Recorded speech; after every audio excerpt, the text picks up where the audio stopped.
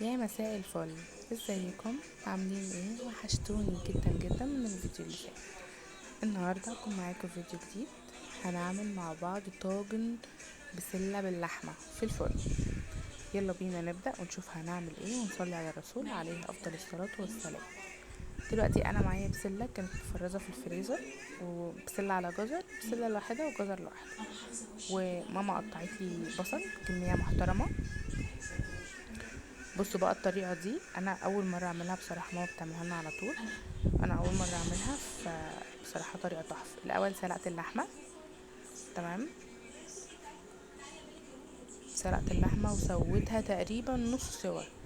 يعني اول ما بدات تدخل في السوا حطيت لها الملح بتاعها وطفيت عليها على طول. هحط بقى شويه زيت في حله تانية ومعلقه زبده صغيره، وهبتدي ان انا اشوح اللحمه.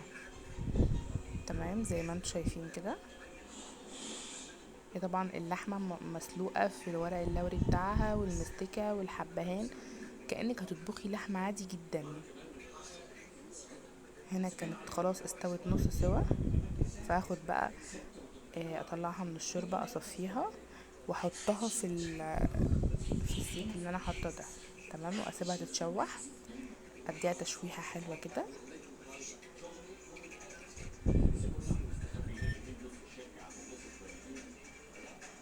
هنا خلاص كنت طلعت الكمية كلها. هفضل بقى اقلب فيها، وبعد كده هحط عليها معلقة توم مفروم. معانا التوم اهو. تبقى احط التوم المفروم واقلب فيه لحد ما ريحته تطلع. لما ريحته بقى تطلع ابتدي بقى انزل عليها بالبصل. انا طبعا مش عارفه اقلب بايد واحده، فكل شويه افصل الكاميرا وارجع تاني، افصل الكاميرا وارجع تاني. هنا بقى كان التوم خلاص ريحته طلعت، فهبتدي بقى ان انا انزل بالبصل واقلب كله في بعضه، واسيب البصل لحد ما يدبل وتتشوح في بعضها. وقطعت كمان عليها قرن فلفل سبايسي. هو مش كبير، قرن صغير بحيث ان هو يديها ريحه وطعم خفيف كده.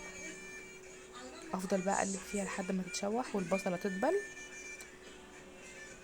بعد كده هنزل عليها بالطماطم. دي طماطم انا مقطعاها مكعبات. تمام. وهفضل بقى اقلب فيها لحد ما الطماطم تنزل ميتها والبصل يدبل مع الطماطم واللحمه زي ما انتوا شايفين كده.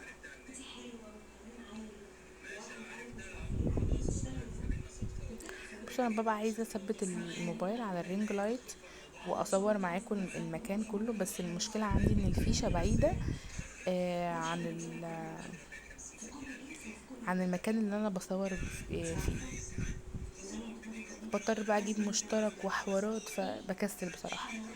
فهنا خلاص بقى كانت اللحمه اتشوحت مع الطماطم والبصل. نزلت بقى عليها بالبسله، وهفضل اقلب فيها بحيث ان البسله تتسبك مع الطماطم والبصل.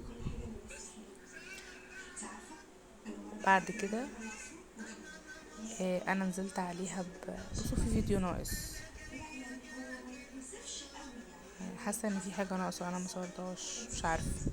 المهم انا حضرت هنا معاكم الطواجن. كنت غطيت عليها ان هي تتسبك في بعضها وتغلي، وسبتها شويه متغطيه.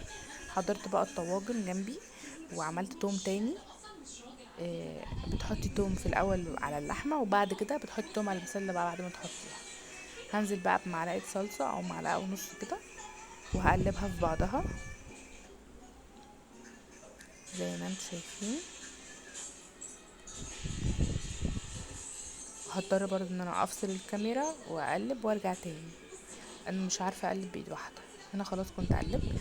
هنزل بقى بمعلقه الثوم واقلبها كويس، وهحط برضو حوالي معلقتين خل. تمام. هنزل برضو عليها واحط القرفه الاول. بصي بقى، التركايه الاساسيه في الطبخه دي هي القرفه. هي اصلا اسمها طاجن بسله بالقرفه باللحمه. فحطيت معلقه كبيره او معلقه ورشه كده بسيطه قرفه، وقلبتها في بعضها. اغطي بقى عليها واسيبهم يتسبكوا كده شويه. هنا بقى كنت خلاص هعلق على الرز. جبت حله حطيت فيها زيت، وطبعا الرز مغسول ومنقوع وحاطه له الملح بتاعه كل حاجه.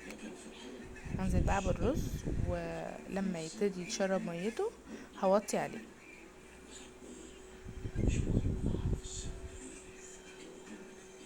بس كده. نرجع بقى تاني للبسله. هنا خلاص غليت بقى في بعضها. لما قالت يا بس ابتدي بقى احط عليها الخل زي ما قلت لكم. بصوا، هو معلقتين كبار انزل عليها بالخل واقلبها برضو في بعضها. ابتدي بقى انزل عليها بالشوربه. ممكن تعمليها بميه، ممكن تعمليها بمرقه، ممكن تعمليها بشوربه، ايا يكن يعني براحتك. انا عملتها بشوربه اللحمه، محطيتش ميه خالص. ابتدي بقى انزل بالشوربه واحده واحده كده واقلبها في بعضها واسيبها بقى تقعد تغلي في بعضها شويه بحيث ان هي تكون استوت ممكن 90%. وبعد كده احطها في الطواجن وادخلها اللي هي تاخد طعم الفرن بس. انا بقى خلاص حطيت لها الشوربه بتاعتها وهقلبها واغطي عليها واسيبها تغلي شويه بحيث ان البسله تستوي واللحمه برضو تكمل سواها. انتي بتدخليها الفرن تاخد طعم الفرن واللحمه تبقى دايبه كده بتدوب في الفرن. هنا كان الرز خلاص اتشرب ميته، فانا وطيت عليه واحطه على العين الصغيره. حضرت بقى الطواجن جنبي زي ما قلت لكم. هجيب الحله وافرغها بقى. انا كنت عامله الطاجن ده وعارفه ان هو ممكن ما يكفيش، فحضرت الطاجن التاني كمان. ابتدي بقى انزل. انا يعني فضلت لابسه جلافز طول ما انا بعمل، حتى لو مش بقطع حاجه، لان انتوا عارفين قلت لكم قبل كده ان انا عندي مشكله في ايدي، عندي اكزيما. فلما بيجي عليها آه طماطم، ميه طماطم او حاجه سبايسي او ايا يكن، بترجع تاني تظهر وكده. المفروض اصلا ممنوع من الميه. مش عارفه ازاي، مش عارفه ازاي ما اغسلش ايدي يعني. المهم ما علينا. انا بقى نزلت بالبسله واللحمه في قلب الطاجن زي ما انتوا شايفين كده.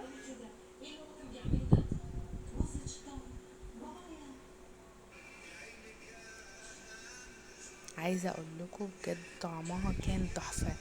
انا اول مره اعملها، ماما كانت بتعملها لنا على طول، انا اول مره اعملها انا بنفسي، بس بصراحه كانت تحفه.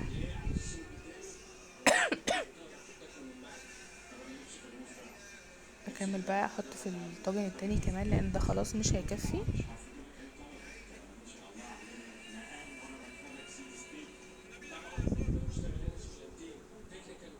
زي ما انتوا شايفين كده.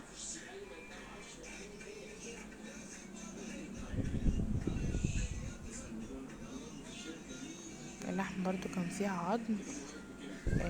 قلت ايه اسيبه معاها اللي هو ينزل المرقه اللي فيه.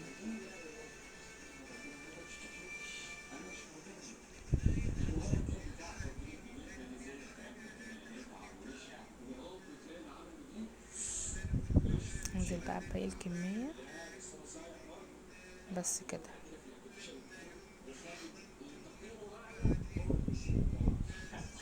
انا خلاص خلصت بقى وجاهزين معايا.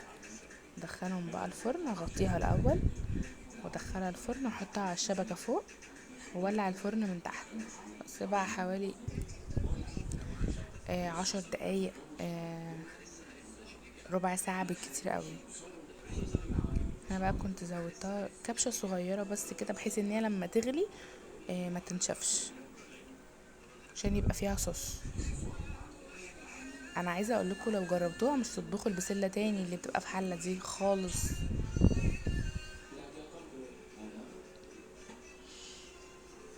انا كنت خايفه المج التاني لما يغلي يوقع، فقلت ايه انقص منه شويه. هنا خلاص بقت جاهزه معايا. ابتدي بقى اغطي عليها وادخلها الفرن. والرز هنا كان نشف خلاص فقلبته. بص الرز والله يتاكل حاجه. الله عليك يا بنتي يا ميرو. بصوا بقى هنا كانت خلاص استوت طلعت من الفرن. بصوا عامله ازاي. بصوا لي على الجمال والحلاوه والطعامه. حد في بلدكم يعرف يعمل كده؟ اكيد لا. بس كده بكون وبكده بقى اكون خلصت معاكم فيديو النهارده. عايزاكم تجربوها وتقولوا لي في الكومنتات، وما تنسوش تحطوا اللايك. حطي اللايك شايفاكي.